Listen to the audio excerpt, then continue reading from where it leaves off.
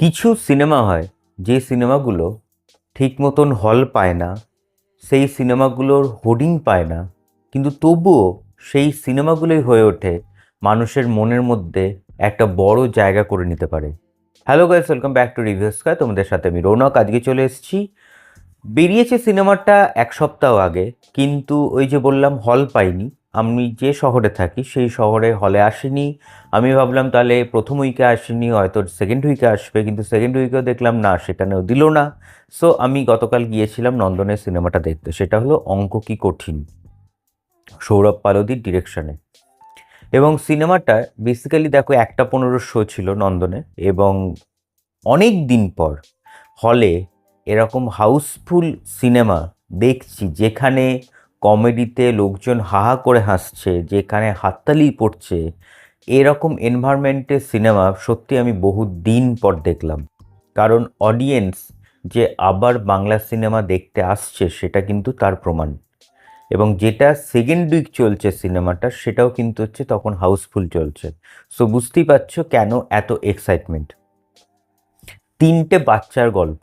দেখো, এর আগে আমরা বাচ্চার গল্প দোস্তজি দেখেছি, সেটাও কিন্তু ভীষণ একটা ভালো সিনেমা।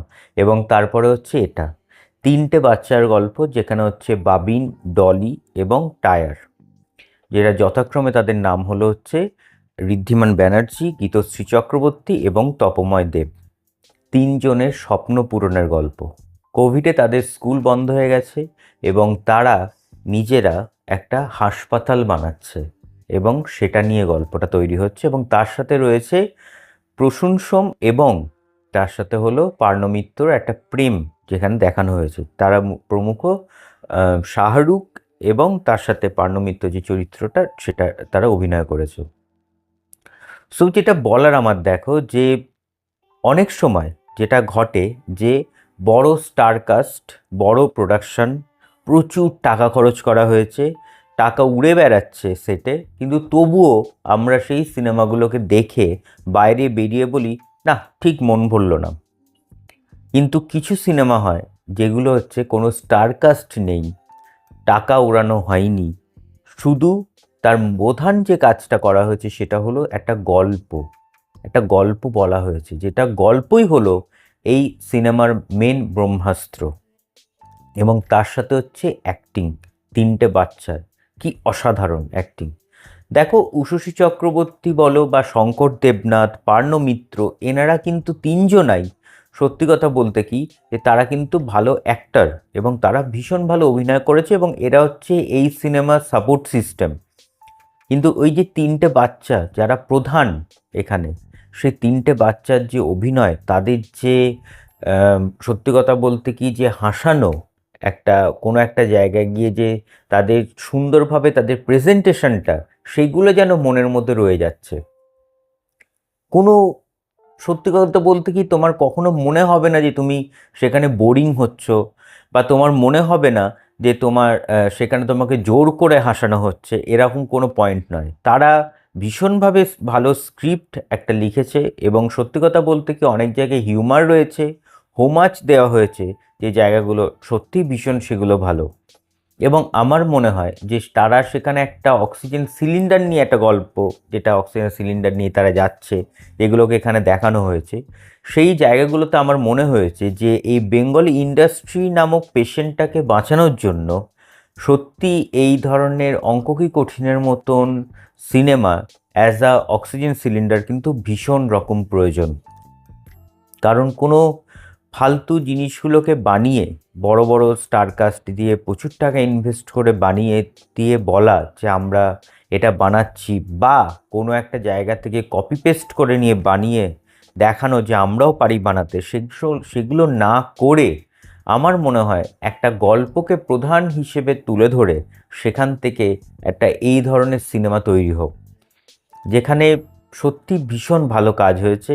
এবং আমি বলবো যে আপনারা এই সিনেমাটা দেখুন, বেশি বেশি করে দেখুন। এবং এই ধরনের সিনেমাগুলো আমি সাধারণত বলি যে যেগুলো ওয়ান টাইম ওয়াচেবল সিনেমা, বা তুমি ঠিক আছে তুমি একবারে বেশি দুবার দেখতে পারো এটা, কিন্তু এই ধরনের সিনেমাগুলো আমার মনে হয় অন্তত 10 থেকে 12 বার দেখা উচিত, কারণ তাহলেও তুমি এটা ক্লান্ত হবে না, কারণ এতটা ভালো কাজ। এবং জেলা ভিত্তিক যেসব হলগুলো রয়েছে সেগুলোতেও আমার মনে হয় যে এই সিনেমাটাকে কিন্তু আনা উচিত, যেখানে সবার পক্ষে কলকাতায় গিয়ে সিনেমাটা দেখা, যারা জেলার বাইরে থাকি আমরা তাদের পক্ষে গিয়ে দেখাটা কিন্তু ইটস ইম্পসিবল। সো সেই কারণের জন্য আমার মনে হয় যে বেঙ্গলি ইন্ডাস্ট্রি তো এটা টোটাল একটা ইন্ডাস্ট্রি, যেখানে সবকটা প্রোডাকশন হাউস তারা আলাদা আলাদা কাজ করে, ঠিক আছে, কিন্তু এই একটা সিনেমাটাকে একটা প্রমোট করা দরকার, যেটা লোকে দেখুক এবং জানুক যে কী ধরনের সিনেমা হয়। এই সিনেমারও অনেক নেগেটিভ দিক রয়েছে, কিন্তু তবুও আমি আজকের এই ভিডিওতে আমি কোনো নেগেটিভ দিক নিয়ে আলোচনা করব না, কারণ বিকজ অফ যে ভালো সিনেমাটা তার যে এসেন্সটা সেটাকেই না মানে মনের মধ্যে রেখে দিতে চাই। যে দেখো একটা জিনিস হচ্ছে, যখন একটা কোনো কমেডি আসছে সেখানে যখন সারা হল হাসছে, যেখানে যখন সিনেমাটা শেষ হচ্ছে বা তার আগের মুহূর্তে যখন কোনো একটা ক্লাইম্যাক্স শ্যুট হচ্ছে সেখানে লোকে হাততালি দিচ্ছে জোরে জোরে, এই যে যে ব্যাপারটা ঘটেছে এটাকে না তুমি কোনো পয়সা খরচ করে কোনো লোককে পয়সা দিয়ে বা তুমি আম, কিনে নিয়ে তুমি দেখাচ্ছ যে দেখো আমার কত লোক আমার দেখছে সিনেমাটা, এভাবে হয় না। একটা ভালো গল্পই কিন্তু প্রধান হয়ে ওঠে, যেটা সেকেন্ড শোতেও অঙ্ক কি কঠিনে কিন্তু মানে মেন ফ্যাক্টর হয়ে দাঁড়িয়েছে।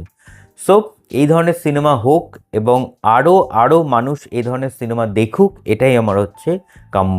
সো এই ছিল হচ্ছে আজকের অঙ্ক কি কঠিন মুভি রিভিউ ভালো লাগলে লাইক করো, শেয়ার করো এবং চ্যানেলটা সাবস্ক্রাইব করে দিও। কেমন লাগছে সেটা কিন্তু কমেন্টসে জানাতে ভুলো না। সো ভালো থাকবেন, সুস্থ থাকবেন এবং সিনেমা দেখবেন আমাদের চোখ দিয়ে। Thank you.